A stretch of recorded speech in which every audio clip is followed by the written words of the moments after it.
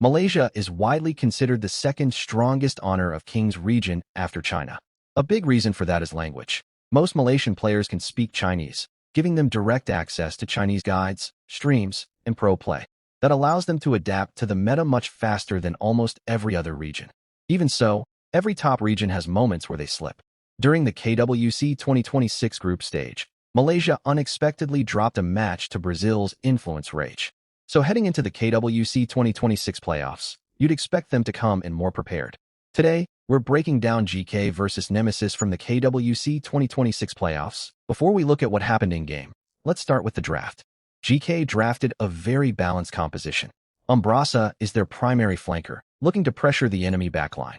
Lapu and Ada provide a durable front line, while Yuhuan handles vision control and also serves as one of the team's main initiators alongside Lapu, and Aoin as damage carry on the other side. Nemesis has a much more aggressive composition. Mai and Guan Yu are their flank threats, with Dun acting as the sole front line. Vision control comes from Mai, Aaron, and Annette, while Dun, Guan Yu, and Mai all have the tools to initiate fights. Their main damage dealer is Aaron. First read on this draft, Nemesis is going to have a rough time engaging, especially on Mai. Aoin can just fly away. Yuhuan can go untargetable. Umbrasa's undying, and Ada/Lapu are both way too thick to punch through. Guan Yu's also going to struggle flanking into Aoin and Yuhuan specifically, but everyone else on Geekay is still catchable. On the flip side, Geekay's got their own problem. They don't really have anyone dedicated to vision. They're leaning entirely on Lapu's first skill or Yuhuan's second, and outside of that they're checking bushes with their bodies. Meanwhile, Nemesis has two actual flankers. Geekay's whole comp is also low mobility across the board, so keeping up with Mai is going to be a problem, and if anyone tries to dive in, Annette can just ULT on reaction. That's the draft in a nutshell. Let's get into the game. Now, from this draft alone, who do you think has mid-priority? Yuhuan or Mai? The answer is Yuhuan. She clears the wave faster, giving Geekay the first move out of mid. They immediately use that tempo to invade and steal the boar. This is something you constantly see at the highest level. Even the smallest jungle camp is worth using Smite on if it creates an advantage. Mai immediately recognizes what's happening. She knows Yuhuan is rotating, and more importantly, she knows Ada no longer has Smite. It's a great read, so she invades Geekay's jungle to contest the blue buff. The idea is completely correct, but the timing is just slightly off, allowing Ada to secure it. Right after that, Mai sees Ada use Smite on the lizard. That instantly creates another opportunity for Nemesis.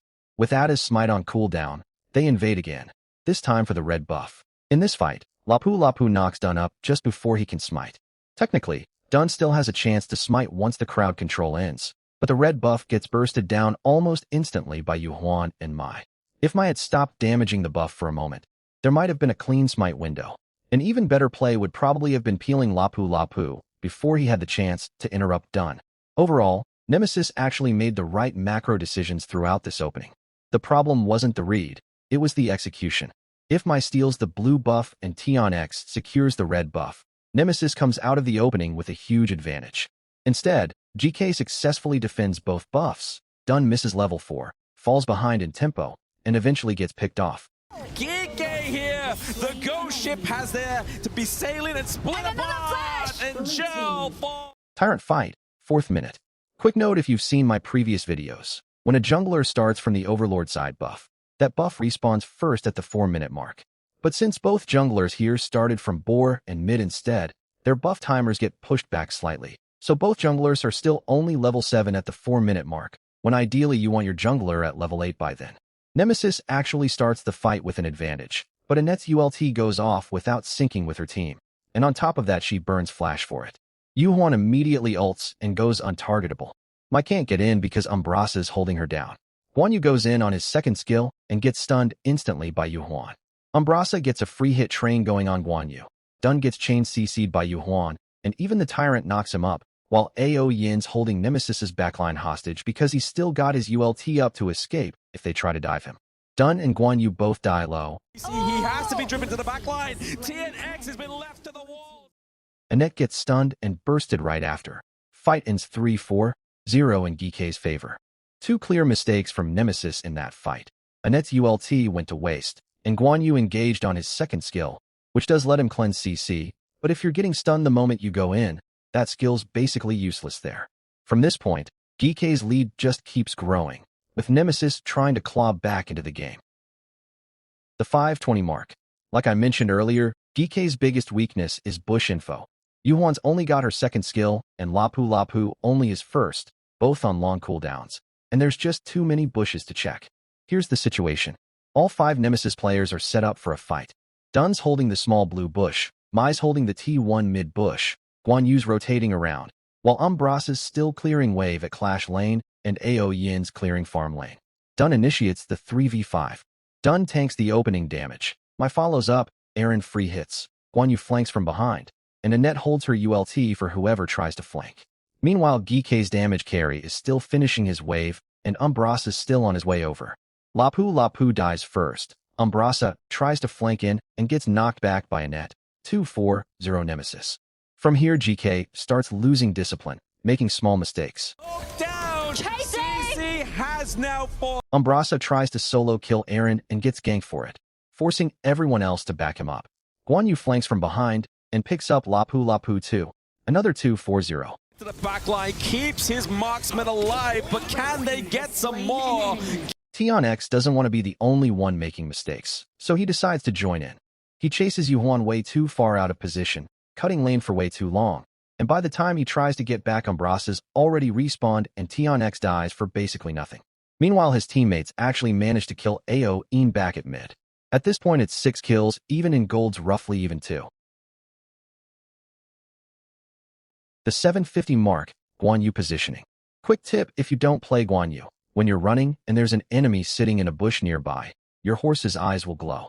Guan Yu seems to notice this and starts heading back, but weirdly hesitates. His movement looks like he's going back and forth, unsure whether to push in or retreat. What a KPL level player would usually do here. Wait for Annette to check the back red bush first, and stay in the L-shaped bush in the meantime. The enemy's visible. Ao Yin and Lapu Lapu are clearing minions at farm lane. So if there's someone in back red too, you're just walking yourself into a pincer. If you actually want to go in, either come from way outside farm lane, or go in together with Annette. If the goal is just to gather info, it's safer to sit in the L bush until Annette clears back red, then reposition. Guan Yu goes in anyway, gets caught, and dies with no way out. Too aim to take CC down. Speaking of which, Tufts, he does fall to the wolves, but at what? Objective fight, Overlord. Heading into late game now, Overlord starts getting buffed up.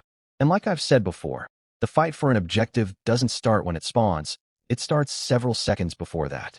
Nemesis secures Overlord vision first. Geekay's really struggling to get any vision here, still stuck relying purely on Yuhuan's second skill. And even when the enemy's spotted, Yuhuan's paper thin and her skill range is fixed, so she's constantly putting herself in danger just to feed info back to Nemesis, slowly getting chipped down by Aaron in the process. Ao Yin, Lapu Lapu, and Yuhuan retreat toward the jungle, but Ada decides to push forward anyway. Geekay should have known Umbrasa wasn't with them and couldn't join in time. Ada gets caught out and goes low. Annette's been saving her ULT specifically for Umbrasa, and by the time Umbrasa actually shows up, Ada's already dead and Umbrasa follows shortly after. From Geekay's perspective, they probably think everyone just retreated to Tyrant. But Mai had other plans. After that fight, she rotates to the T2 bush to set a trap. She knows Yuhuan's ULT is down and Geekay's front line is already low, so even getting spotted doesn't matter. She goes in anyway and Geekay can't do anything about it. They walk straight into it and get wiped by Mai's initiation with Dun's follow-up. Geekay's back to even kills. You can really feel the draft weakness showing here. Geekay just can't get bush info, especially since their roam player is running a shield item instead of a vision item. So their map stays completely dark while Nemesis has 2 flankers running around freely. The 14th minute fight, game point. This is the exact positioning I talked about in the roam guide video, cutting off every escape route the enemy has. Guan Yu blocks the mid escape, Mai comes from farm lane, and everyone else comes from the red jungle side. Mai flashes in and combos onto Ao Yin, who immediately flies away. Guan Yu pushes the rest of Geekay in, Annette stuns and knocks them back with her ULT, Aaron free hits, and Ao Yin lands his ULT right in the middle of the enemy team, gets stunned and dies. Annette is left with just Umbrasa, Yuhuan, and Ada standing, and the game closes out at 14-44 in Nemesis's favor. Wild how a draft that was supposed to make Mai's life miserable ended up with her as MVP, all because Geekay just couldn't get vision. That's the breakdown. If you enjoyed this kind of match analysis, drop a like and let me know in the comments what you want next. More tournament analysis, meta guides, hero tutorials, item breakdowns, whatever you want to see more of, write it below.